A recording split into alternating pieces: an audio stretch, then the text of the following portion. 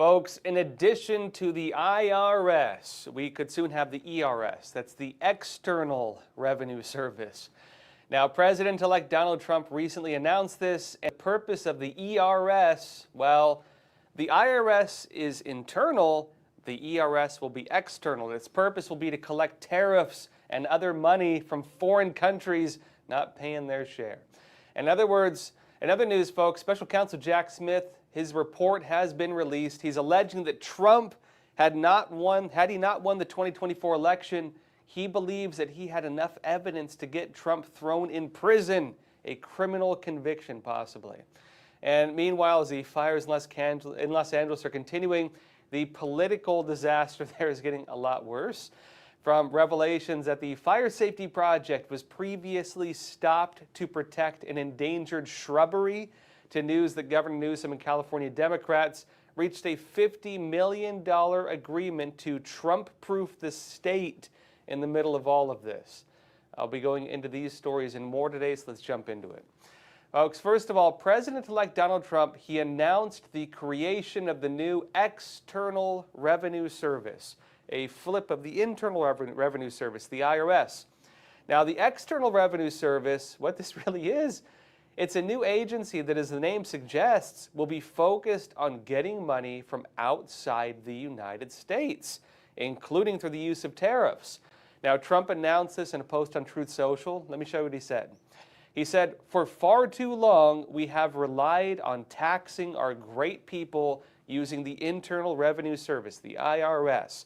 Through soft and pathetically weak trade agreements, the American economy has delivered growth and prosperity to the world while taxing ourselves."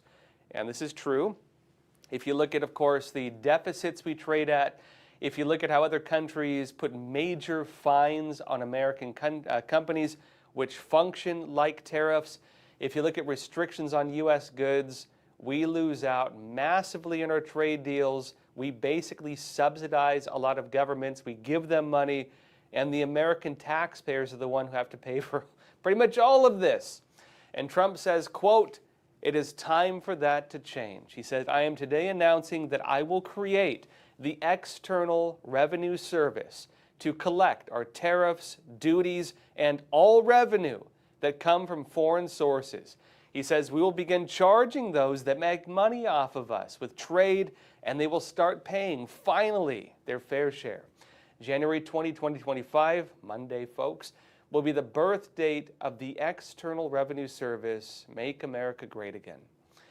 Now, look, in some ways, this is a return to the way the U.S. government used to fund itself. Historically, this was the case. The IRS is actually kind of new. Even the idea of income tax, this was an early 1900s policy, only came about, interestingly, around the time that the Federal Reserve was created. Funny how that works. And if Trump is creating a government agency to begin, well, collecting money from outside the United States and maybe collect less money from our taxes, well, it suggests that tariffs, maybe they won't just be coming from the president's office.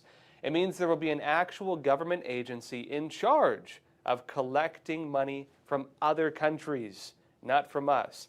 And if there's a fully, government agency in charge of collecting on tariffs, duties, other forms of revenue from outside the U.S., this could get very interesting very fast, because remember, a collection agency needs to have systems in place to hold people or even countries accountable when they don't pay. If you make an error on your tax documents, if you refuse to pay taxes, what is going to happen to you? Well, men with guns will come to your house and they will throw you in prison. There is a punishment for it. You can go to jail for a long time if you don't pay your taxes. Just ask certain political figures, by the way, or their sons. But of course, for other countries, this is not really the case. If other countries don't pay their fair share, if they don't pay tariffs, if they avoid things, if they scam us on duties and otherwise, well, we tend to just take it on the chin and we let them do it for the most part. That's about to change. Now, with this, there are some equivalents to tariffs that are not necessarily called tariffs. When Meta CEO Mark Zuckerberg recently spoke on the Joe Rogan podcast, Zuckerberg noted an example that many European countries make huge annual fines, billions and billions of dollars against American tech companies. He said these fines, again, billions every year, they function like tariffs, but they're not called tariffs. You have European countries essentially funding a lot of their government by fining American companies, and we let them do it. We let them censor us. We let them restrict our goods. We buy from them in ways that, of course, helps their economies, and they don't do the same to us. And as we pay their defense budgets with NATO, as we pay into the United Nations, and many of them don't pay their fair share, we subsidize their militaries, we subsidize a lot of government powers, we subsidize a lot of programs, and we get little to nothing in return from many of these countries. That will change. Now, on the note of tariffs, the Trump team is also now looking at how to carry out gradual tariff hikes using emergency powers. And this is interesting. Bloomberg said this. It said members of President-elect Donald Trump's incoming economic team are discussing slowly ramping up tariffs month by month, a gradual approach aimed at boosting negotiating leverage while helping avoid a spike in inflation, according to people familiar with the matter. It says one idea involves a schedule of graduated tariffs increasing by about 2% to 5% a month and would rely on executive authorities under the International Emergency Economic Powers Act, the people said. It says the proposal, and it's in its early stages and has not yet been presented to Trump, the people said, a sign that a monthly stepping approach is early in the deliberation process. Now, why is that necessary? Well, one of the problems people would raise is that the U.S. dollar is technically the world reserve currency. Well, it is, right? And if America becomes too wealthy, the dollar increases in value. If we become too poor, it decreases in value. And this can upset global markets. They want to have a relatively stable U.S. dollar. This is one of the reasons why the Federal Reserve, which is neither federal nor a reserve, again, it's technically a private company with some government involvement and oversight. The Federal Reserve, which prints our money and manages interest rates to a large extent, well, they tend to, for example, when Barack Obama was president, they kept interest rates at about 0%, most of his administration. When Trump became president, the Federal Reserve raised interest rates quite a bit, and Trump accused the Federal Reserve of basically eating away any type of financial benefit the American people would have seen from his economy. You might remember that Trump's economic growth, Barack Obama challenged him saying 3.5% economic growth, where's your magic wand? Trump not only met that, but he exceeded it. The American people largely did not experience much of the benefits from that because of the interest rates. Trump went ahead with the Federal Reserve. There was a big clash. Basically, there was nothing he could do about it. Then, of course, the pandemic hit. They did the bailout packages, trillions of dollars.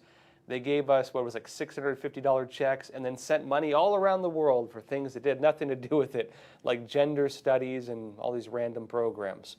And so the economy tanked because of COVID to a large extent, but so did the global economy. Aside from that, though, a lot of the focus with interest rates, with the Federal Reserve trying to manage the post-pandemic process and economic problems, they were trying to prevent stagflation, trying to prevent inflation and all this stuff because they need to manage the value of the U.S. dollar. They cannot have the U.S. dollar being destabilized. And this is going to be important when Trump comes into office because he's talking about American prosperity. He's talking about American manufacturing. He's talking about tariffs and fixing our trade deals and everything else. But they're also suggesting that if you do it too rapidly, too much prosperity for America upsets the U.S. dollar, and any major fluctuation within that causes disturbances in the global market because we're also the world reserve currency. This is where it gets really complicated. And so it does seem they're trying to manage that process to have maybe a steady increase to what Trump really wants it at, but maybe not hitting that immediately. We'll see what they do with it. The Federal Reserve is also going to be a big part of this because if hypothetically speaking, and they do the same thing that Trump accused them of last time he was president, where they just raise interest rates to eat away at any economic gains, then we may not actually feel the benefits of a better economy. Now, back to this, though. It seems like the Trump administration is taking the use of tariffs very seriously. And this could really see the United States have major leverage when it comes to negotiating trade deals, working on diplomacy, and on changing the tax system in the United States. Trump has even suggested that we may be able to get rid of income tax for most Americans by using tariffs in place of income tax. And that would be significant because that's the way this country used to work. Income tax used to not even be legal. It used to not be something we had. They had to amend the Constitution to create income tax, federal income tax, although there was state. And so we could see a return to the good old America of the Founding Fathers if they choose to do this. Folks, we'll see how it goes. It does seem, in my personal impression, what Trump is doing with tariffs is he's found a tool to basically negotiate deals in the way he would with a business. And Trump, being a business guy, the guy who wrote Art of the Deal, this is where he shines. He knows how to make deals. He knows how to squeeze people. Many people who've done business with him will note that he's a pretty tough businessman. If you do business with him, your profit is usually not going to be very high. He will squeeze your profit margins quite a bit. And so he can use tariffs. He can use these for diplomacy. He can use them for trade deals. He can basically eliminate a lot of the benefits other countries have gotten by squeezing America and balance things out. A lot of them are going to be hurting from this probably. And also, because of the trade deficits we have with many countries, he has a lot of room to negotiate. The stack of cards Trump has significantly outweighs what other people have. And so all of that for him will be negotiating tools. Every little piece of that will be a negotiating tool. And the power of negotiation using this, which has really not been done before, will be massive. And he's basically saying he's going to do that. Now, look, in other news, Trump almost went to prison. Special counsel Jack Smith has officially left his position. The federal investigation and charges against President-elect Donald Trump have now come to an end. But before leaving, part of Jack Smith's report on the case has now been released to the public. And in it, Jack Smith alleges that had Trump not won the 2024 election, he believes he had enough evidence to get Trump a criminal conviction. Trump barely dodged that. In fact, based on the wording of the documents, if they even had a bit more time, they probably could have thrown Trump in prison. Now, Trump, meanwhile, has strongly criticized the report and Jack Smith. And he argues this whole thing was just a politicized campaign to destroy one of the main candidates for the election, him, right? Now, the case from Jack Smith, right, the special counsel, is built on a large collection of other cases. And people would point to problems that exist basically in every single one of these cases. They concocted a giant, basically, conspiracy, right? This includes the legal foundations of all the people who were convicted for their actions on January 6th. And you can look at the nature of those convictions where people were offered, hey, do you want to go to jail for 25 years for, disrupting an official proceeding? Or do you want to plead guilty and get a reduced sentence to maybe 2 years? A lot of people decided to plead guilty even though they believed they were innocent. You had many people with information taken out of context. You had many people, for example, with doctored evidence. You had defense attorneys rejected from getting exculpatory evidence. But all of those cases, the convictions, were used to manufacture a narrative. And that narrative is one of the key building blocks of the conspiracy that was used to possibly throw Trump in prison. This also includes the allegations in the House Committee to investigate January 6th. individuals with that accused of falsifying evidence, deleting evidence, intimidating witnesses, or trying to coerce them in other ways, and issues like that. We'll see if it's true or not. There are criminal charges recommended against some members of that committee. It also includes the various legal cases around the 2020 elections, right? The allegations of voter fraud, which Trump may investigate. He hasn't really talked about that too much. The various cases against Trump and others, including, for example, the dueling electors for the Electoral College, something that does have legal precedence, although not to the scale Trump tried to use it as, meaning it's a bit of a gray area. But the narrative of all of this was used to paint a conspiracy, which claims really this whole spectrum of issues was all part of a big plan that Trump had to overturn the results of the 2020 election to remain in office. And that is the nature of Jack Smith's report. It basically takes all those different cases, its building blocks, and says Trump meant to do this, that was his intent, and he wanted to rig the whole system to stay in power. Now, Trump and others have challenged this, noting that many of the criminal cases used to establish basically every part of this, almost all of them have some kind of problem with them. This includes, for example, alleged crimes that were committed by the House committee to investigate January 6th, allegations that evidence was destroyed, allegations of false testimonies, and a broader allegation that it was actually the other side that stole the 2020 election, as Trump has repeatedly stated, although, again, through a complex conspiracy, which then moved to prosecute its political enemy, Donald Trump. And Trump has held his side of this narrative as well, meaning both sides are basically accusing the other of relatively the same thing. You tried to steal the election in 2020. Maybe you did it. And we'll see which of these holds true. The big question is now whether Trump decides to go after them, which he has suggested he might. Now, first of all, this is the new report from Special Counsel Jack Smith. Jack Smith writes in this document that substantial evidence demonstrates that Mr. Trump then engaged in an unprecedented criminal effort to overturn the legitimate results of the election in order to retain power. He also notes that his assessment is that prosecution was the only option for the case against Trump. Jack Smith writes, quote, "Given the strong federal interest in holding Mr. Trump accountable, described above, and this report relays that his big case, the office could not identify any adequate non-criminal alternative to prosecution." He notes that Trump had been impeached, but added, impeachment, however, was never intended to be a substitute for criminal prosecution. Jack Smith believes that Trump had to be prosecuted and that a criminal conviction was the only way to deal with this matter. Now, while many have noted the legal cases against Trump and the many investigations Trump faced had no precedent, on his side, Smith alleges that Trump's actions also had no precedent. Again, this is an issue where both sides accuse the other of relatively the same thing. Now, when it comes to the real possibility that Trump could have been prosecuted and possibly even sentenced under these charges, Trump being fairly old now, this would have been pretty much life in prison.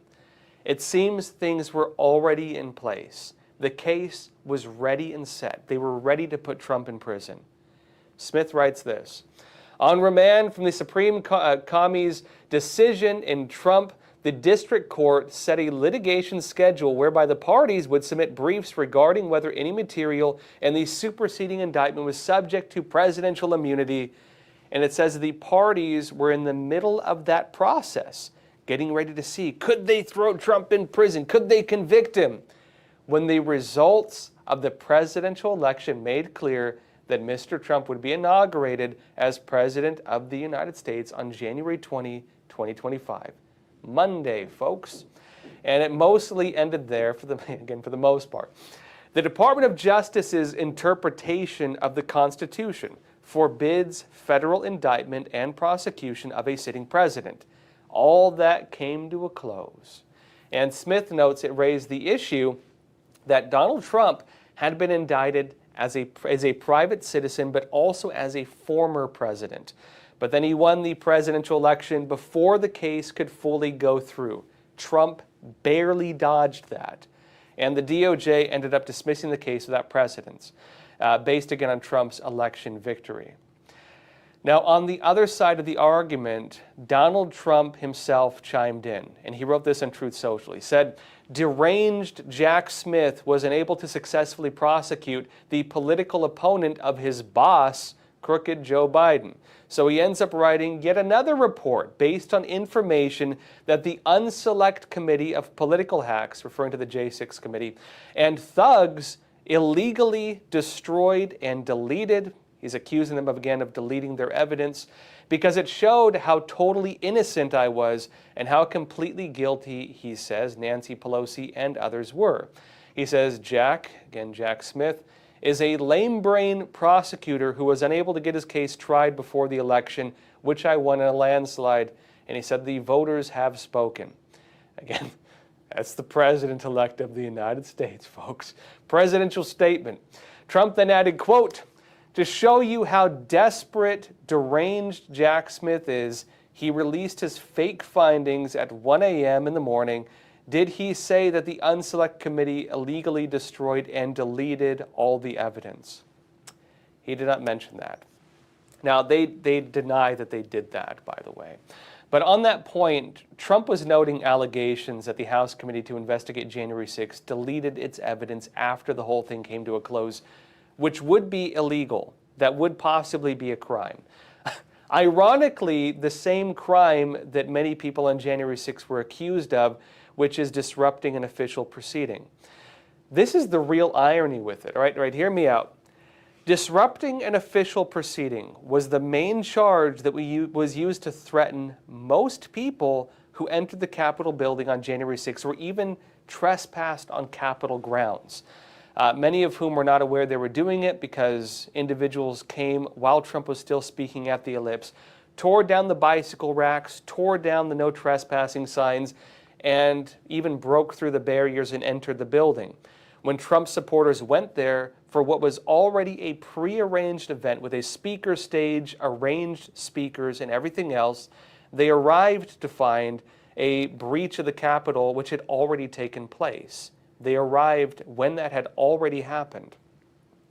Now, on that point, many people who entered the building were then slapped with a charge that had never been used this way before. That was disrupting an official proceeding. And the allegation was the people who entered the Capitol building, or held their protests for that matter, disrupted the ability of Congress to count the Electoral College votes. They disrupted an official proceeding. A charge that could land you like 20 years in prison.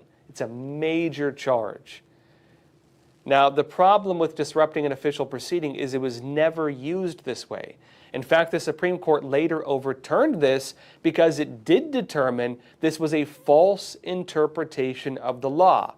People were falsely convicted of a crime that was never meant to be used like that.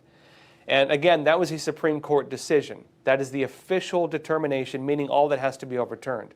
But the actual interpretation of it, the actual meaning of that charge, was made for Enron during that whole scandal. And it basically was, if you're under investigation or there's a case, you cannot destroy evidence. Because if you destroy evidence, you are disrupting an official proceeding, which is the criminal case. The irony now, with the House Committee to investigate January 6th, the people investigating individuals who were charged with disrupting an official proceeding, is if it is true that they deleted their evidence, they could be charged with the very crime in a real sense that all these people were accused of. Now, Trump has been repeatedly saying this. The J6 committee former members, they deny it. They say it did not happen. We'll see what happens with this if it is ever put to trial or investigated. But on that side, it could be possible we could see criminal charges going the other way regardless. Just last month, you might remember, Republicans released a 128-page interim report investigating the Jan 6 House Committee. And the Republicans allege the House investigators may have committed crimes themselves, including, they say, with witness tampering. They said this, quote, Multi-million-dollar select committee was a political weapon with a singular focus to deceive the public into blaming President Trump for the violence on January 6th and to tarnish the legacy of his first presidency. And look, if true, this would also taint the assessment from the special counsel's office, as Trump is suggesting. The issue with the final report from the special counsel's office is that it relies as the building blocks to create the conspiracy which he believed could have gotten Trump thrown, again, convicted. The building blocks were things like this. The building blocks, many of them were unprecedented interpretations of laws. The building blocks included allegations of false testimony, allegations of destroyed evidence, allegations of, again, altered evidence, allegations of false prosecutions, allegations of all kinds of things like this, to manufacture an image that a giant crime had taken place and people had pled guilty of it, meaning it is hardened and proven in court of law, and every one of those cases was necessary to create this whole case to put Trump in prison and would have prevented him from becoming president. They were not able to do it. Now, the special counsel report that was just made public is the first of two. The second part is the one in the classified documents case that involved the raid on Trump's home at Mar-a-Lago. But that report has so far been blocked from release due to some legal challenges. It is possible it could be released. Trump coming into office very soon may prevent that from happening. We'll have to see. Now, look, folks, in other news, as the fires in Los Angeles are continuing, the political disaster in Los Angeles is actually getting a whole lot worse. I'll be talking more about this after we come back from a quick break. We'll be back in less than 60 seconds, so don't go anywhere. Experts agree. One of the best ways to protect against financial uncertainty is to diversify your portfolio. Learn how physical gold and silver can secure your retirement funds from today's economic challenges with a gold IRA from American Hartford Gold. You can safeguard your wealth with no penalties or taxes when you transfer your current qualifying retirement accounts. Call now and our precious metals specialists will send you a free information kit, no cost or obligation. American Hartford Gold, a trusted industry leader with an A+ from the Better Business Bureau, has a 5-star rating from thousands of happy clients. Whether you are getting physical precious metals in a gold IRA or delivered to your doorstep, we offer only the highest quality gold and silver. For your peace of mind, we also offer a no-fee buyback commitment, a low-price guarantee, along with free shipping and free insurance. So don't wait. Call the number on your screen today and secure your financial future.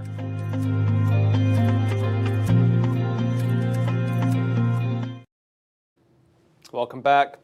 The fires in Los Angeles are continuing to rage, and there are now some additional warnings because what was feared has now happened. High winds that are possibly making things worse. Now, they've issued warnings to different areas, even going as far down into San Diego. I can say personally, I have family members who've actually had to evacuate their homes, including my mom in Riverside. They shut down the electricity. The reason they did that, allegedly, is because if there are downed power lines, they cannot have electricity flowing through them because it creates additional problems. And so in areas that have faced the fires, they can't have the electricity on. They've been shutting down the electricity. Now, on this point, though, the political disaster is also getting worse. Focus has been on the state's water shortage. And the water shortage brought attention to how California has been restricting residents from using a lot of its water supply and has been instead dumping its fresh water into the ocean. They're doing this to protect a 3-inch endangered fish, the Delta smelt. In order to save that little fish, California had to be sacrificed on the altar of environmentalism. That's the accusation. And now look, it turns out it wasn't just that little fish.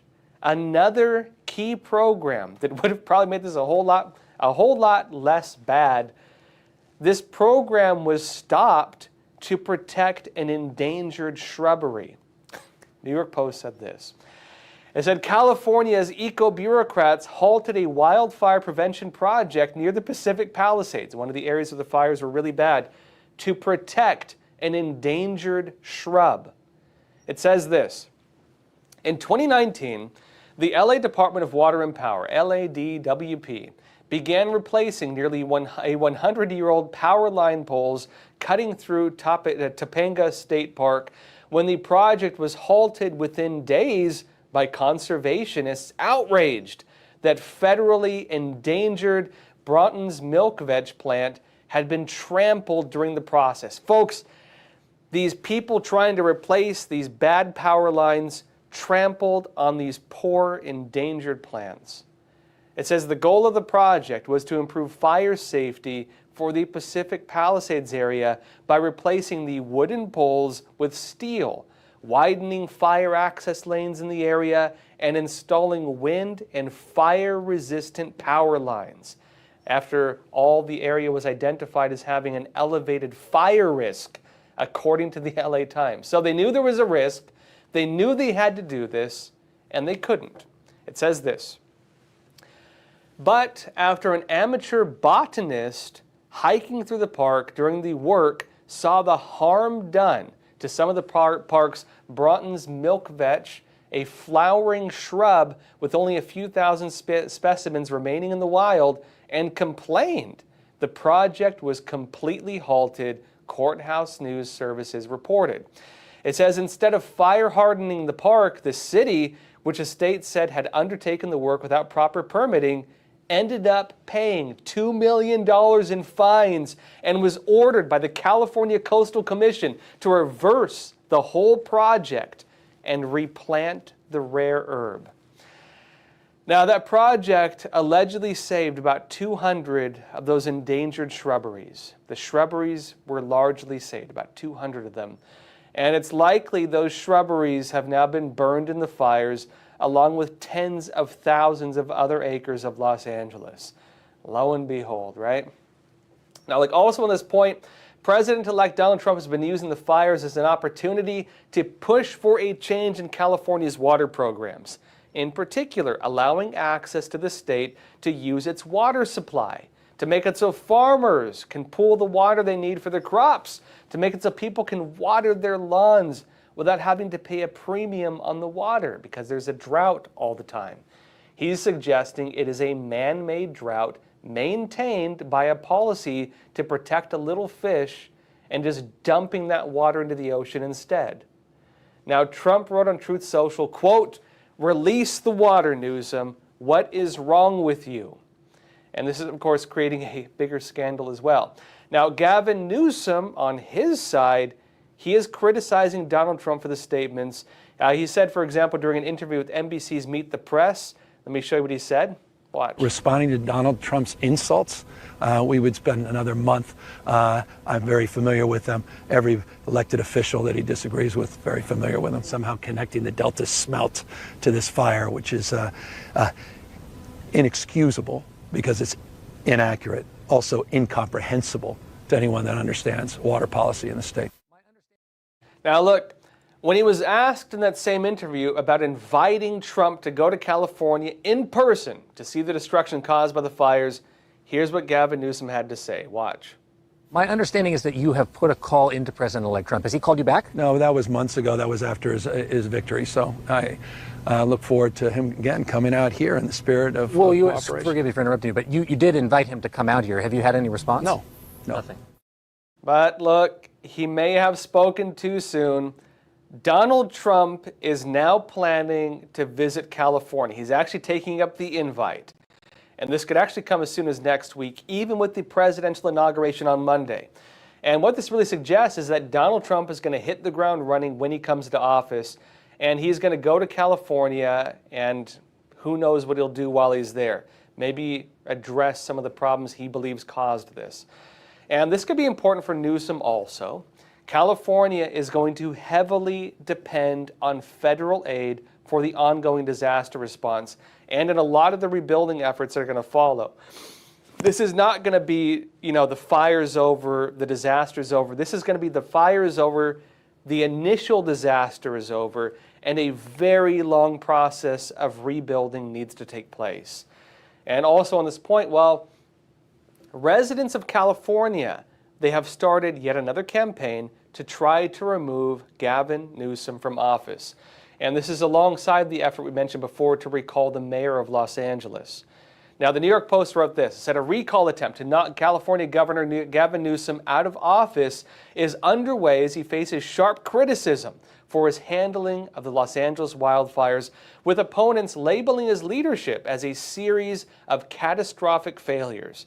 It says organizers against Newsom vowed to file papers in the next 2 weeks in the hopes of jump-starting the process that could lead to the Democrats' ouster in the middle of his second term in the governor's mansion. Now, look, we'll see how this goes.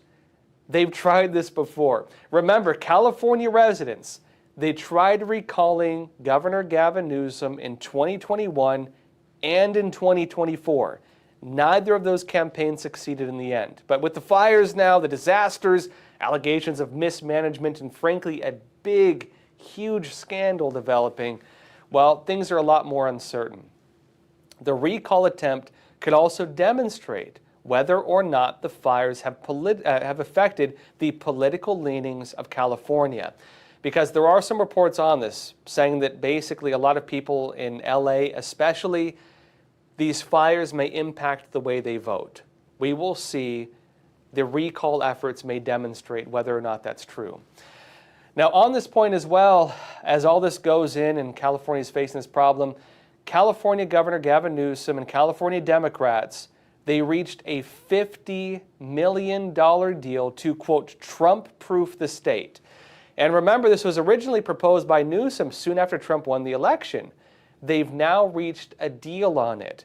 And what this essentially means is that they will use this money, $50 million, against Donald Trump's incoming policies, with $25 million earmarked for fighting against the deportation of illegal immigrants residing in California. The Hill said this. It said, California Democrats have authorized $50 million in state funding as part of an overall drive to protect residents from what lawmakers believe to be inhumane threats posed by President-elect Trump's forthcoming administration.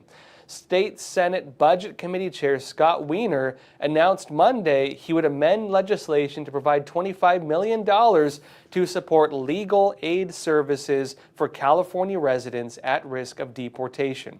It says the bill is the result of a special legislative session that began last month amid Governor Gavin Newsom's efforts to Trump-proof the Golden State from potential federal interference. It says Wiener's Monday announcement, made on behalf of the Senate Democratic Caucus, complements another $25 million authorized by State Assembly member Jesse Gabriel. It says those funds will go to the California Department of Justice, a measure Newsom began seeking last month at the start of the special legislative session. Now, look, after this deal was criticized for, in light of the situation with the fires, Newsom expanded the scope of the special legislative session to include money for the fires. LA Times said this. It says Governor Gavin Newsom asked legislative leaders Monday to approve at least $2.5 billion in response to the wildfires that have now ravaged Los Angeles County, a move that expands the focus of the special session in the California Capitol beyond strictly fighting President-elect Donald Trump. It says the aid request comes as Democrats at the Capitol find themselves under mounting pressure to spend less time waging a national political battle against Trump, as unprecedented blazes have left at least 25 dead and a trail of destruction in their own state. Now, look, these bills still need to go through the state assembly before making it to the governor's desk. Not fully passed yet. We'll have to see what comes next. Remember, Governor Gavin Newsom has said that he will suspend environmental requirements to make the rebuilding process faster in Los Angeles. We'll see how that goes. But the response to the fires could see a change in the political leanings of the state of California. And all this money and the money they wanted to spend challenging Donald Trump and fighting against deportations, this could be a scandal because California, while they want all this money to fight against Donald Trump and protect illegal immigrants and file for lawsuits against Trump's policies, the people in this state are going to be saying, well, what about my needs? What about my house? What about my food? What are you doing to help me as a resident and an American citizen while you're helping people who shouldn't be here in the first place. That's going to be the big argument. And if they see that Gavin Newsom is more focused on a political battle rather than helping the people of his state, this could be detrimental to them politically, especially as a new recall effort begins. We'll see what happens with this. Donald Trump is going to be visiting the state. And on the other side of this, while California suddenly has the money they need to fight a political battle, they claim they don't have the money they need to fight the fires, and they claim they don't have the money they need to rebuild, which is why the federal government wants to subsidize it. But why are we subsidizing it when they have money to fight a political battle? Why is it they can find money for this, but not for the disaster? Although, again, they have delegated some money to that. But the question is going to be, if they're really hurting for money to the extent that they need the federal government's help, meaning our tax dollars from every state in the country, well, they shouldn't have money for other things to fight politically, right? They should be using that to help the people of the state. That's going to be one of the big political arguments, and probably something Donald Trump is going to use once he does come back into office very soon on Monday and begins looking at, well, does California really need federal money? That is where things are heading right now. That said, folks, hit the like button, leave a comment. Let's jump into some questions. Let's see here. First question, Michael Kolovovsky. You're saying time to send Canada a collection letter. That's right. The ERS may be coming for you. I was joking with a Canadian friend. I was like, well, you know, you guys still got beaver pelts and timber. You know what I mean? Maybe go back to the 1800s. You still got the old-fashioned economies, beaver pelts. Make beaver pelts great again, Canada, right? Because it does seem that Trump is going for them, and a lot of the industries that are the bulk of their finances, like, for example, you know, the energy industry. We get a lot of oil, a lot of gas from Canada. If Trump restores domestic energy production, that's going to be detrimental to their economy, let alone if he renegotiates trade deals or hits them with tariffs. If Trump actually does establish the ERS, the External Revenue Service, this could have a pretty massive impact on the economies of other countries which are already struggling. You know, when we talk about when we talk about the state of the US dollar, right? A lot of people say, oh man, inflation, our economy is tanking. And then you have a lot of political pundits come out and say, actually it's not. Actually, the American economy is doing pretty well. The US dollar is very strong. These are both actually true. There's a lot of gray area that's not being discussed, but these two things are actually true. Let me explain. Now, technically, if you were to go by the stock market, the American economy is doing very well. The argument against that is that big corporations are doing pretty well, but the average citizen is not experiencing the benefits of that. There's no trickle-down economy right now, right? And so the experience of the average American is not the benefits we're seeing in the stock market. They are not benefiting from the stock market, although you could argue the economy is doing well. That's kind of the discrepancy with this. When people say the US dollar is outperforming every other currency, this is also true. The US dollar globally is doing very well. Technically, the American economy is doing better than probably any other economy in the world right now, for the most part, maybe not all of them, but for a lot of them, all the major players at least. And we're actually seeing a lot of other countries having major economic troubles. Their currencies are having issues. This has actually largely been able to maintain the US dollar as the world reserve currency despite all the challenges to it. The CCP and Russia trying to disrupt that, it hasn't worked, basically. The other thing is, though, if Trump comes in and actually goes after all these other countries, think Europe, think Canada, think Mexico, think, everybody, basically. If these countries, Europe, for example, are already in kind of difficult economic states, an additional blow to that, to, for example, make it so they have to start purchasing American products and they can't restrict our products if they want us to buy theirs, right? To make balanced trade deals where we no longer trade at a deficit, to force them to pay their fair share into NATO, and to make it so we're not subsidizing their militaries, which we do for most of the NATO powers, to make it so that maybe we don't pay into the United Nations as much and they have to foot the bill and pay the share that a lot of them have not been doing. Well, it means that basically the subsidies they've been living off of are suddenly pulled out from under them. And they will be thrown into a very strong economic shock because of that.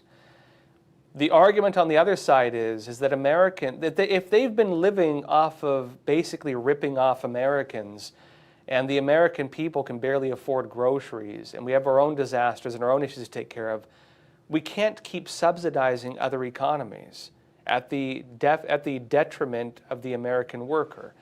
Americans work very hard, much harder than look at the vacation time you get in Europe versus the vacation time you get in the US. Look at the 4-day work weeks they have in Europe versus the amount that Americans work, where people work maybe 2 jobs sometimes just to get by. Americans are extremely hard workers, despite what people were saying with the whole H-1B nonsense. Americans are very, very hard workers, especially as you compare to other countries, and especially if you look at the actual productivity of the work. We do not experience the benefits of what we do because of these trade deficits and because of the bad trade deals. And that's what Trump is saying he's going to address. And, you know, this Michael Kolovofsky saying, time to send Canada a collection letter. Even in addition to that, some of the trade deals, NAFTA, even the renegotiated deal Trump made with them, this has had the effect that a lot of big corporations, they put their offices in Canada because they want lower taxes and that kind of stuff. If those trade deals get swept away, the imbalance that has been artificially created to benefit them and harm us will also go away. And they will have to suddenly face the realities that they've been living off of the hard work of Americans. The quality of life many of these people have enjoyed is because of these trade deficits and unfair trade deals.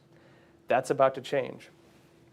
Judy Akeem says, when will these people understand that we are part of nature? Sure, life in harmony, try our best, but we cannot erase ourselves just to save shrubs. This is insane. Judy Akeem, that's an interesting point. And yeah, that's actually true. It's one of the weird parts with this whole political environmentalist movement, because a lot of them claim to be environmentalists, but they separate humans from nature in the same way that people who would want to destroy the environment might do. I am actually very much in favor of the traditional views of harmony of man, harmony with heaven, harmony of man, harmony with nature. Look, I grew up as a hunter and fisher. I love nature. You know, when my family lived in Costa Rica, we were buying land and preserving the land. I love nature. We lived off the grid, you know what I mean? I'd say, ironically, a lot of hunters are more environmentalists than a lot of these, you know, scientific climate change people. A lot of them care more about nature than these people. They are the people who actually believe in conservation. And I think the reason is because they see themselves as part of nature. When you have to hunt and you have to fish, you realize that you're part of this ecosystem. You as a human being are part of nature. Many people in the past would even argue that farming, houses, all these things, we're not disconnected from nature. The human habitat is an essential part of the environment. We are part of the environment. And for some reason, we see ourselves as being disconnected from it. For some reason, we've gotten this idea that humankind is like a detriment to nature itself. But that ironically gets to the idea that we're separate somehow from nature. Now, I believe that if you're living a traditional lifestyle, you will naturally not only be part of nature, but you will probably benefit the world around you. If you look at traditional lifestyles, gardening, people planting flowers, if you want to have the benefits that nature offers, you will probably do things in your life to cultivate the land you have and to create an environment that serves your interest. If you want to be a fisherman, you probably don't want to make the fish go extinct, right? I doubt you do. You might even take steps to help the fish and maybe plant things like, some kind of like water plants to, maybe give them habitats and stuff like that because you want to have fish. A lot of hunters argue that hunters, because of the way they work with the environment, that they actually work in ironic ways to retain the population of certain animals. And even though they hunt those animals, the population is thanks to the hunters because of the efforts they make to preserve them and make sure it's there for future generations, because they want their sons to learn how to hunt. They want their kids to learn how to fish. They want their family to enjoy the same nature they experienced and the same nature that they loved. And so I do think that this view that humans are like a detriment to the environment and we need to reduce the human population to save nature is utterly insane. It's utterly insane. These people are like Dr. Evil. You know what I mean? If you believe that's manic, that's crazy. And so if you were to ask me, we shouldn't see a conflict with these things. I love nature. I grew up being taught to love the ocean. I grew up being taught to, love going to the mountains. We used to go to Julian when I was a kid. We'd fish, fish up in Julian. I have memories of going to the hot springs, going on family trips, and I remember seeing a herd of wild buffalo. I didn't appreciate it as much as a kid because I thought, oh, it's buffalo. Not until later in life did I realize that that's not something you usually get to see. That's like a once-in-a-lifetime thing, There are incredible things like this. My dad hunts still. I go with him sometimes. I help track. I don't really kill animals these days, but I help him track and stuff like that. And his best friend has a huge tract of land, and they have they have red wolves in Jersey, right? I mean, it's stuff like this that you don't want to go away.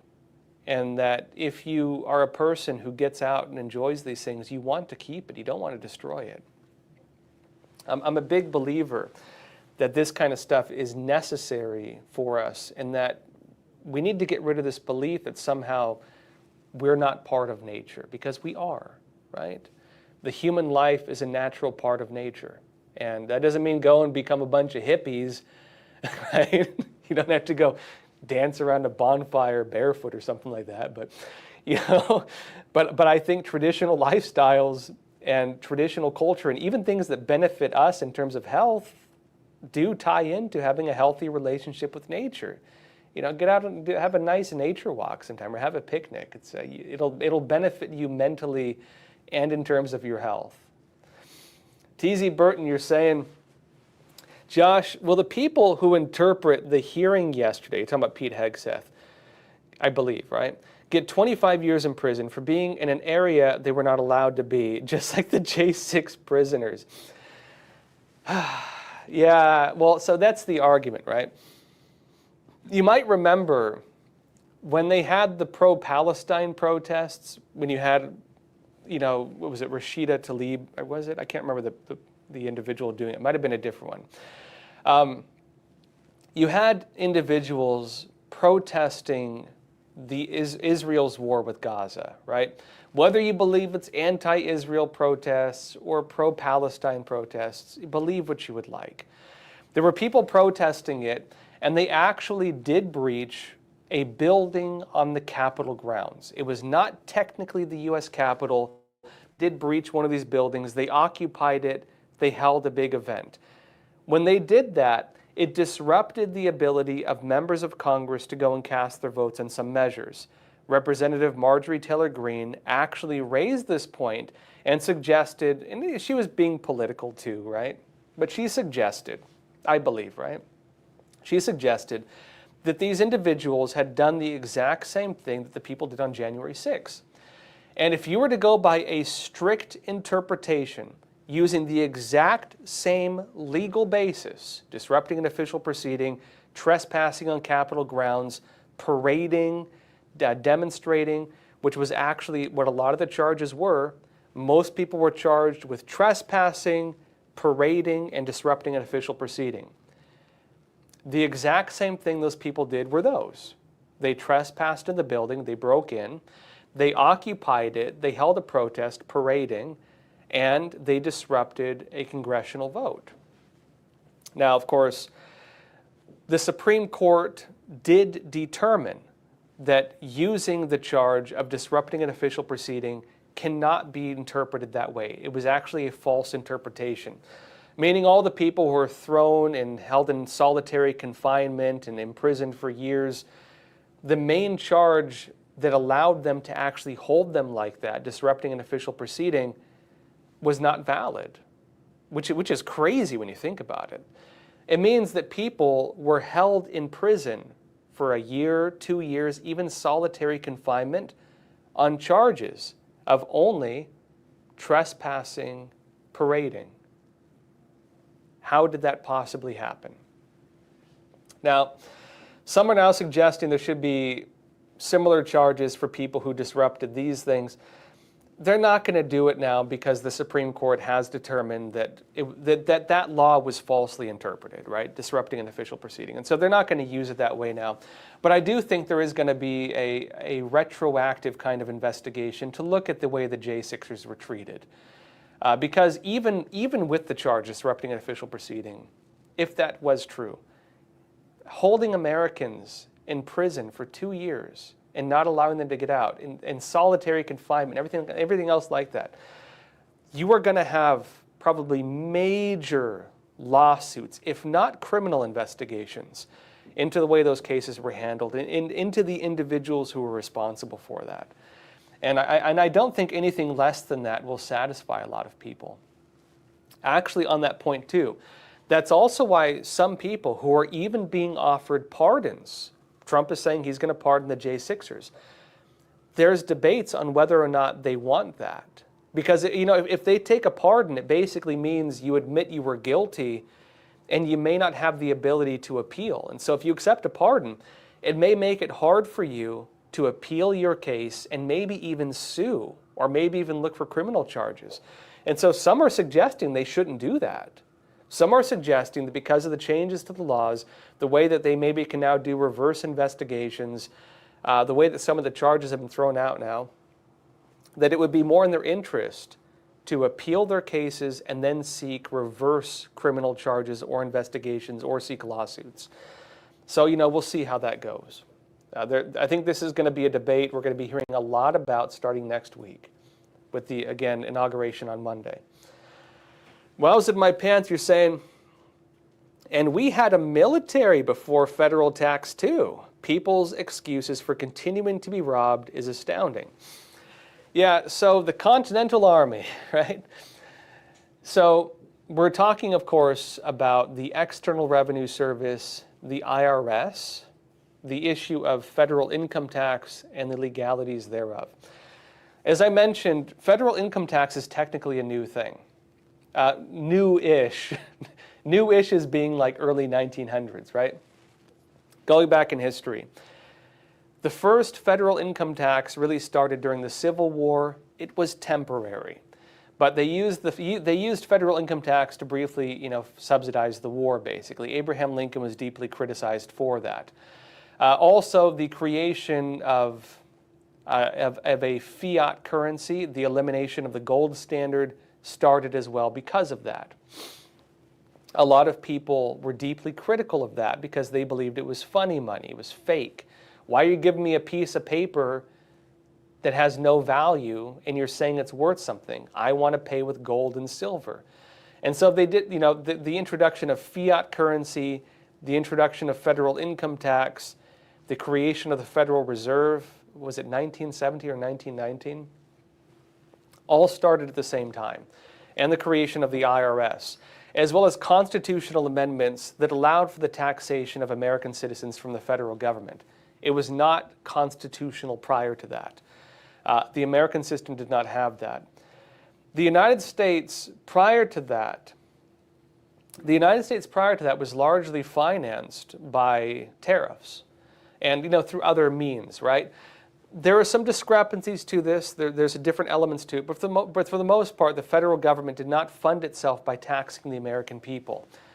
States technically could do that. You could have state income tax. You could have things like that. But the federal government, no. Now, some would argue as well that prior to that time, the federal government was also significantly smaller. The federal government was not as big. The states were technically larger and had more say and more power. And the reason that changed was because of the Civil War. Part of that was about ending slavery. Some would argue it was about state rights. The argument of state rights was based on slavery, right? And so people were saying, who is the federal government to say what we can or can't do? Who is the federal government to say what laws we can have at the state level? Which again was the argument around slavery. The federal government said, no, you can't have slaves.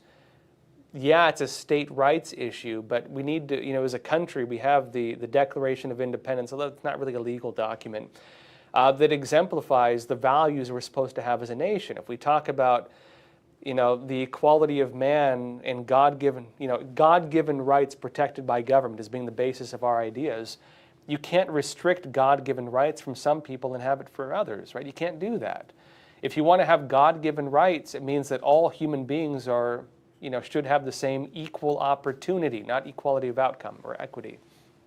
And so, of course, post-Civil War, you had a shift of power from the states to the federal government. The federal government became a lot bigger, a lot more powerful, and the federal government technically was then able to become what it is today. Some like that, some do not.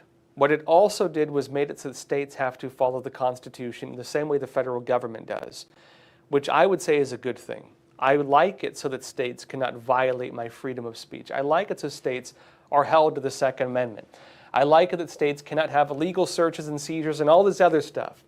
And so the changes that were made to the Constitution, they had a lot of good things to it, but they also had other impacts. And one of the other impacts was, well, now you have this big federal government. Now the federal government is playing more of a governing role, and they began expanding it. With the expansion, you saw fiat currency, you saw the Federal Reserve, you saw federal income tax, and you saw a whole lot more agencies and bureaucratic offices and everything else starting up at the federal level. And we still, to this day, have a big conflict over state rights and federal rights. That was the issue during Trump's first term in office when states were creating, sanctuary city laws. That was the issue with Biden's administration, we had Texas and Florida fighting back against his policies. And it's going to be the issue during Trump's upcoming administration starting next week when you have California spending money to challenge Trump's policies while they have a fire and massive disaster going on. State rights and federal rights, and it's still an issue, right? But yeah, on the issue of federal income tax, that's kind of the issue. You did have an expansion of the federal government, which they believe was necessitated the increase of the money they collect.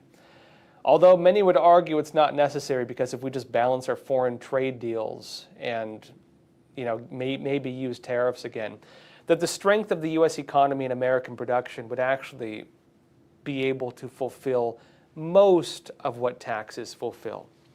To be clear, Donald Trump is not talking about eliminating federal income tax, but he is saying that he believes tariffs could replace most of taxes, and that Americans may have to pay little or no taxes within certain brackets. If you are within some brackets, you will still have to pay taxes.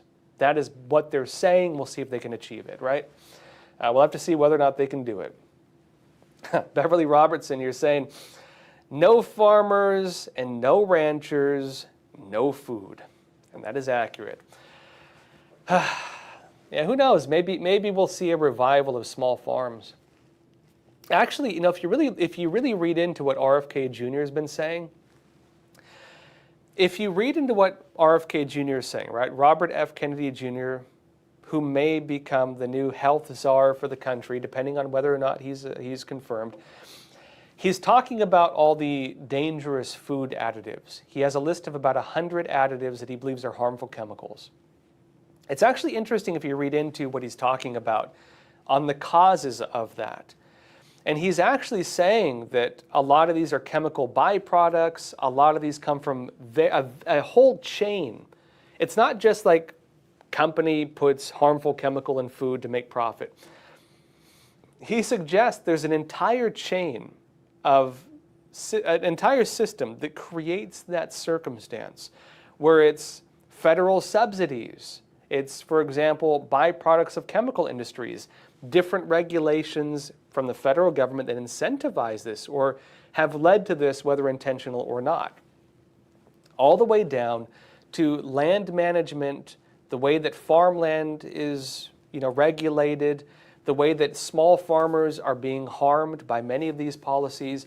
And he believes, and he says this in his videos, that if you were to address these issues at the top, the harmful chemicals, and dig into the problems that are the causes of it, that you may see a revival of small farms, because this all ties into policies that at the very bottom of the chain affect the people on the ground, right? And he believes that if you fix this, you could see a revival of ranchers and farmers being able to work and do their jobs and live their lives with a much higher profit margin, better land management. He's even talking about restorative farming, right? Where you restore the health of the soil and things like that, as opposed to using like Roundup or whatever, right? And he believes that process will create healthier food and maybe make our farmers great again, right? Imagine a return of farmers and ranchers. I know they're there already. I've talked to quite a few of you folks. I know some of you watch the show, actually. I've met a few of you. But I think you could see a revival of a lot of that, getting away from some of the factory-type farming that's done. And that would be interesting, right? All right, folks, that said, thank you so much for joining me. Join me again tomorrow, 10:30 a.m. Eastern Time. And also get ready for next week. Monday is, of course, the Trump inauguration. I will be in D.C. doing my show, hopefully from there. At least that's the plan right now. Also, Epic Times, we're going to have a pretty large presence there that day. You can tune in live. We will be broadcasting it, so if you want to watch the whole speeches and everything, tune in live on Monday. We're planning a lot to cover it, so it's going to be good stuff. That said, folks, I will see you again tomorrow. Please share this episode. Hit the like button. As always, thank you so much. As always, please take care of yourselves, stay informed, and stay free. Thank you.